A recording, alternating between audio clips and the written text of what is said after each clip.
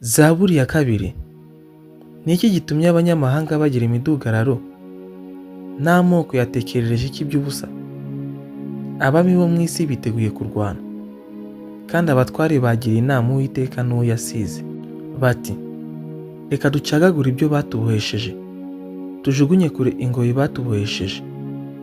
Ihora yicaye mu ijuru izabaseka, Umwami Imana izabakoba, maze izababwirana umujinya, ibatinyishisha uburakari bwayo bwinshi. Iti, ni jye wiyimikiye umwami wanjye, kuri Siyoni umusozi wanjye wera.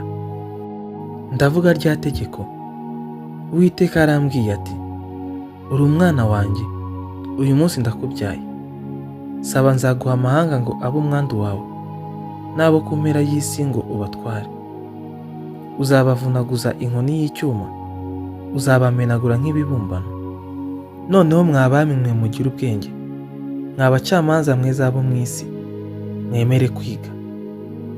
Mukorere Uwiteka mutinya, munezerwe muhinde imishyitsi. Musome urya mwana kugira ngo atarakara mukarimbukira mu nzira, kuko umujinya we ukongezwa vuba. Hahirwa abamuhungiraho bose.